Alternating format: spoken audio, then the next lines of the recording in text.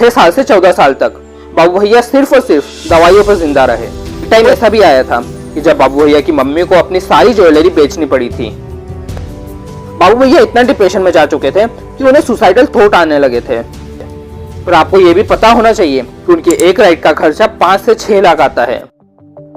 18 सितंबर 1997 देहरादून उत्तराखंड में एक बच्चे ने जन्म लिया। नाम था अनुराग दोबल, जिसे आज हम UK07 राइडर और बाबू भैया के नाम से जानते हैं। 5 साल की एज तक बाबू भैया की लाइफ एक आम बच्चे की तरह चल रही थी, पर 6 साल की एज में उन्हें पता चलता है कि उन्हें ब्रेन ट्यूमर है।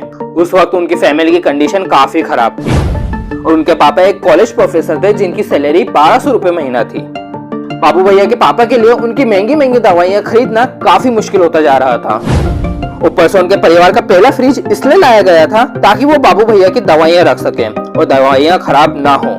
ब्रेन ट्यूमर की वजह से बाबू भैया कभी भी अपना बचपन एक आम बच्चे की तरह नहीं जी पाए, क्योंकि बीमारी और दवाइयों की वजह से वो कमजोर हो चुके थे। 6 साल से 14 साल तक बाबू भैया सिर्फ और सिर्फ दवाइयों पर जिंदा रहे और इसी टाइम पर उनकी फैमिली की कंडीशन और खराब होती जा रही थी। एक टाइम ऐसा भी आया था कि जब बाबू भैया की मम्मी को अपनी सारी ज्वेलरी बेचनी पड़ी थी ताकि बाबू भैया का इलाज हो सके। 16 साल की एज तक बाबू भैया अपनी बीमारी से फुली रिकवर हो चुके थे।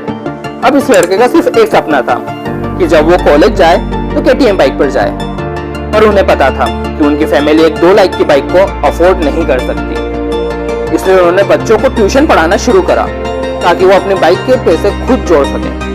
ट्यूशन पढ़ाते पढ़ाते 2015 में बाबू भैया को YouTube के बारे में पता चला और अभी उनका फोकस सिर्फ और सिर्फ बाइक खरीदना था। 2018 में बाबू भैया ने अपनी पहली ड्रीम बाइक KTM खरीदी और अपना ब्लॉगिंग करियर स्टार्ट करा। शुरू में अनुराग को कोई सपोर्ट नहीं कर रहा था सिवाय उनके पेरेंट्स के।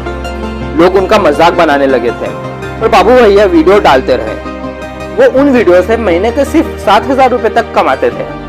फिर कई महीनों के स्ट्रगल के बाद उनका पहला वीडियो US और UK में वायरल हुआ, जिसकी वजह से उनके उस महीने की इनकम 70,000 रुपए ही थी। पर अभी भी बाबू भैया YouTube को सीरियसली नहीं ले रहे थे। उनका मन अपने पापा की तरह टीचर बनने का था और उन्हें एक अच्छी जॉब भी मिल गई थी। सब कुछ सही चल रहा था। बाबू भैया कॉलेज में प्रोफेसर बन चुके थे और बीच बीच में वो YouTube पर वीडियो भी डालते रहते थे। पर एक दिन न्यूज आती है कि इंडिया में लॉकडाउन लग चुका है, जिसकी वजह से कॉलेज बंद हो चुके थे। अब बाबू भैया को समझ नहीं आ रहा था कि वो अपनी फैमिली को कैसे सपोर्ट करेंगे। फिर उनके पापा उन्हें YouTube पर डेली काम करने का आइडिया देते हैं और यहाँ से शुरू होती है अनुराग से UK07 राइडर की कहानी। लॉकडाउन के अंदर अंदर बाबू भैया की YouTube से एक स्टेबल इनकम आना शुरू हो गई, जिसके बाद उनका बाइक्स और कार्स खरीदने का सिलसिला चलता रहा। अब तक बाबू भैया को वो सब कुछ मिल चुका था जो वो चाहते थे, नाम, पैसा, फेम। और एक दिन उनकी मुलाकात होती है सव्या से। उनकी सव्या से दोस्ती होती है और ये दोस्ती एक रिलेशनशिप में कन्वर्ट हो जाती है। बाबू भैया सव्या से बहुत प्यार करते थे, पर धीरे धीरे उन्हें एहसास होता है कि वो जिस रिलेशन में है वो एक टॉक्सिक रिलेशन है, जिसकी वजह से वो रिलेशनशिप खत्म हो गया। बाबू भैया डिप्रेशन में जा चुके थे। 30 दिन तक उनका YouTube और Instagram पर कोई वीडियो नहीं आया था। बाबू भैया इतना डिप्रेशन में जा चुके थे कि उन्हें सुसाइडल थॉट आने लगे थे। फैमिली सपोर्ट से बाबू भैया डिप्रेशन से बाहर आए और उन्होंने फिर से वीडियो बनाना शुरू करा।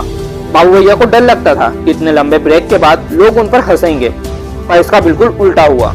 उनके फैंस ने उनका दिल से सपोर्ट करा। आज बाबू भैया की एवरेज मंथली इनकम 12 से 20 लाख रुपए है।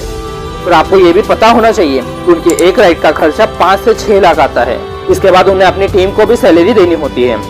आज बाबू भैया के पास 6 करोड़ का कार और बाइक कलेक्शन है, जिसमें सुपरा, निंजा S2, हायाबुसा जैसी गाड़ियां शामिल है। दोस्तों, ये थी पूरी कहानी हमारे UK07 राइडर की। तो दोस्तों, अगर आप वीडियो में यहाँ तक पहुंच गए हैं, इसका मतलब आपको वीडियो को लाइक कर देना चाहिए और चैनल को सब्सक्राइब कर देना चाहिए, क्योंकि मैं ऐसी वीडियो लेकर आता रहता हूँ। तो मिलते हैं अगली वीडियो में।